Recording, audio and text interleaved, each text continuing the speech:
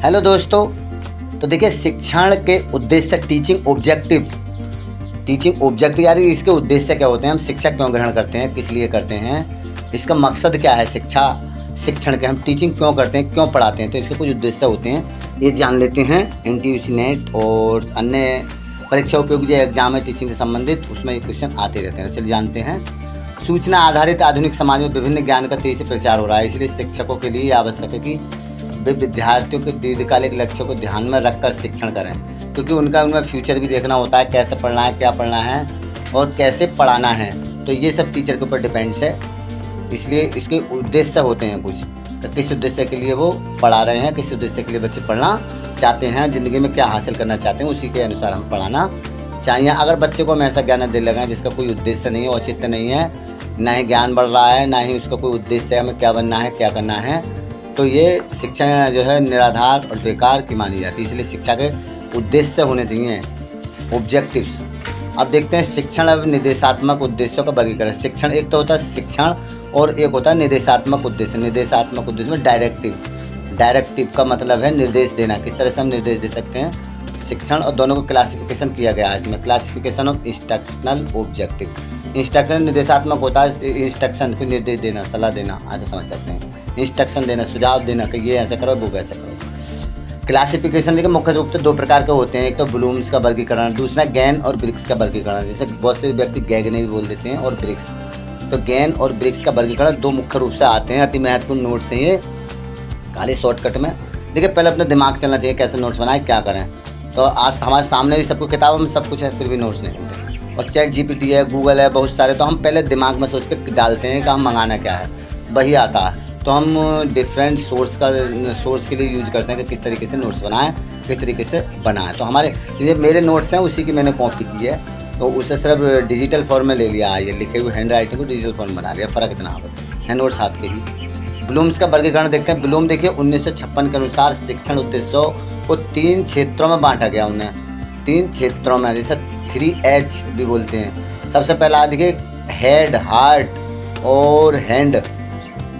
अब देखते हैं ये होता है कॉग्निटिव डोमेन, ज्ञानात्मक क्षेत्र बोलते हैं, जैसे कॉग्निटिव चेतनात्मक बोल सकते हैं, और दूसरा अफेक्टिव, जिससे अफेक्ट माने प्रभाव डालना होता है, जैसे भावनात्मक जिससे कुछ प्रभाव पड़ता है, तो ज्ञानात्मक हो रही है, दिमाग में सोच रहे हैं खाली, पहले ध्यान रखें।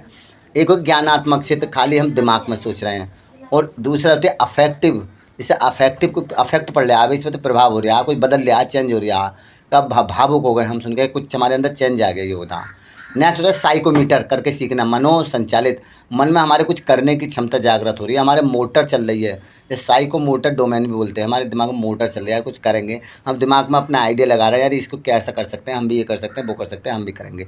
अब डिटेल में देख लेते हैं, समझ गए होंगे। ज्ञानात्मक क्षेत्र कौन कौन से होते हैं देख लें। ये बौद्धिक क्षमता के विकास से संबंधित, बौद्धिक क्षमता का विकास होता है इसमें। देखिए मैंने ये सूत्र बना रहा है, इसमें है का केस, स्तर लेवल है, तो इसमें का केस का मतलब होता है, देखिए का केस, इसे ध्यान रखना है कि जो है तुम्हारा ज्ञानात्मक कॉग्निटिव डोमेन, ज्ञानात्मक क्षेत्र के का केस का, ये मेरा एग्जाम्पल है, ये देख रहे हैं। तो इसी को का केस का मतलब होता है, सबसे पहले देखिए केस हो गए नॉलेज, तथ्य और सूचना को याद करते हैं, नॉलेज सभी तो पड़ेगी, हम इसे याद करेंगे, अपने आप आ जाएगी याद करने। नेक्स्ट होता है इसमें देखिए कंप्रीहेंशन, इसमें का केस मैंने बना लिया है, जो अलग अलग सी से हो गए कंप्रीहेंशन, चाहे आप ऐसे अलग अलग और केस अलग अलग बना सकते हैं। तो ये कंप्रीहेंशन का मतलब होता है बोध, अर्थ। हम कंप्रहेंशन में समझने की क्षमता, से कंप्रहेंशन देखा होगा तुमने, कोई पैराग्राफ दे दिया उसमें अपनी समझ से कोई प्रश्न करने होते हैं, तो कंप्रहेंशन बोध हो गया, अर्थ समझने की क्षमता, अर्थात अर्थ समझ कर कितने प्रश्नों को उत्तर जैसा आता है। नेक्स्ट होती है ऐसे एप्लीकेशन, दो ये हैं, ऐसे एप्लीकेशन उपयोग, यानी सीखे हुए ज्ञान के व्यवहार में प्रयोग, यानी एप्लीकेशन का मतलब होता है प्रयोग करके देखना, एक्सपेरिमेंट साइंस में देखा होगा तुमने, एप्लीकेशन आते हैं लिखे हुए, कोई प्रयोग करते हैं तो। नेक्स्ट है देखिए एनालिसिस, ऐसे एनालिसिस होता है विश्लेषण, सूचनाओं को भागों में विभाजित करके समझना, अलग अलग हम रख देते हैं कि ये किस कैटेगरी का, किस कैटेगरी में इसको रखना चाहिए। अब विश्लेषण होता है, ये विश्लेषण का मतलब अलग अलग कैटेगरी, सिंथेसिस, विश्लेषण अलग अलग होते हैं। लेकिन सिंथेसिस जब हमारा विश्लेषण हो जाता है तो विभिन्न भागों को जोड़कर एक नया रूप जो है बनाना होता है, जिसे जोड़ते हैं कि यार ये इसमें जोड़ना है, ये इसमें ऐड करना है। तो ये तुम्हारा कौन से उसमें आता है देख लें, कॉग्निटिव, हमारे दिमाग में ही ज्ञानात्मक हो रहा है, अभी कुछ नहीं है, नेक्स्ट देखिए दिमाग को जोड़कर एवेल्युएशन करते हैं इसका, यार इस निर्णय देना है, मूल्य तय करना। फिर हम निर्णय देते हैं, मूल्य तय, भाई ये बनकर कुछ चीज़ तैयार होगी, मूल्य का निर्धारण करने, एवुलेटिव। तो ये तुम्हारा देखिए पूरे का केस से हो गया है, नॉलेज, CAASE, ये सभी हो गए तुम्हारे का केस। याद कर ले इसको। कभी कोई पूछता है ज्ञानात्मक कॉग्निटिव डोमेन होता क्या है, का केस होता है। का केस, ए से केस है नॉलेज, और ए से एनालिसिस, और ए से एप्लीकेशन भी आते हैं, सी से कंप्रहेंशन आ गया, और तुम्हारी एस से सिंथेसिस आ गया, और ई से एवेल्युएशन आ गई। तो ये ज्ञानात्मक क्षेत्र हो गया। नेक्स्ट देखते हैं अब भावनात्मक क्षेत्र। भावनात्मक क्षेत्र या अफेक्टिव डोमेन बोलते हैं, इसमें कुछ चेंज होता था। देखिए इसका फार्मूला ये मैंने बनाया, भावनात्मक मनोवृत्ति, रुचि और सहभागिता से संबंधित है। इसका इसे दिए RRBOC। इसे भावनात्मक ज्ञानात्मक क्षेत्र को क्या बोलते हैं, RR BOC। तो ये आर से देखिए रिसीविंग होंगे, किसी चीज़ को ग्रहण करते हैं, ग्रहण करते हैं, अधिग्रहण, रिसीविंग बोलना बोलते हैं, सुनने या ध्यान देने की इच्छा होती है इसमें। दूसरा होता है आर से देखिए क्या होगा, रेस्पॉन्डिंग, प्रतिक्रिया। जब हम किसी चीज़ को सुनते हैं, रिसीव करते हैं, तो उसके प्रति रेस्पॉन्ड देते हैं, जवाब देते हैं। सक्रिय सहभागिता करते हैं, इसका मतलब क्या है, कोई पूछता है तो इसका मतलब रेस्पॉन्ड हो गया हमारा, हम अपनी प्रतिक्रिया जाहिर करें, कुछ ना कुछ उसमें कहें, प्रतिक्रिया। नेक्स्ट है वैल्यूइंग, आकलन, सीखी हुई चीज़ का महत्व देना। हम आकलन करते हैं, जो वैल्यू देते हैं कि क्या वैल्यू है भाई इसकी, इसका आकलन करते हैं हम, उसे जांचते हैं कितना सत्य है, कितना गलत है। ऑर्गेनाइजिंग संगठन, मूल्य को व्यवस्थित करना, ऑर्गेनाइज संगठन करना, मूल्य को व्यवस्थित करना, अर्थात जो हमने पढ़ा हुआ उसको मूल्य को जानते हैं, व्यवस्थित करते हैं। नेक्स्ट है करेक्टराइजेशन।